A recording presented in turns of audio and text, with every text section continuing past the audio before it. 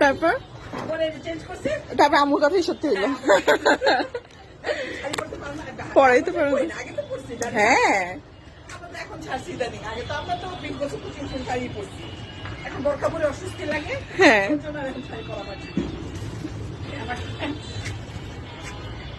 না রে আন্টি, আপনার গাছগুলা দেখেই তো পরিতৃপ্তি লাগতেছে।